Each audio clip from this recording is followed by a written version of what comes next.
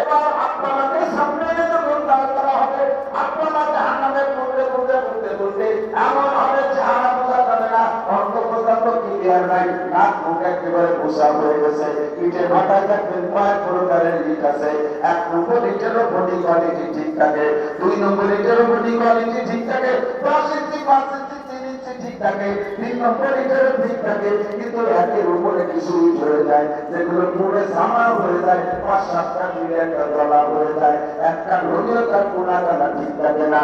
জাহান্নামের ভিতরে কোটি কোটি বছর ঘোরার কারণে এবার ওর আপনার চেহারা পেয়ারা সব বিকৃত হয়ে যাবে, চিনতে পারবে না। সামনে দিয়ে দাঁড় করানোর পরে আপনাকে দেখে বলবে, চিনবে না যখন, আল্লাহ চাইলাম তোমার কাছে আব্বা আমাদের সামনে, আমার সামনে তুমি গিয়ে দিলে। আপনারা তো সন্তান থেকে দেখবে, আপনারা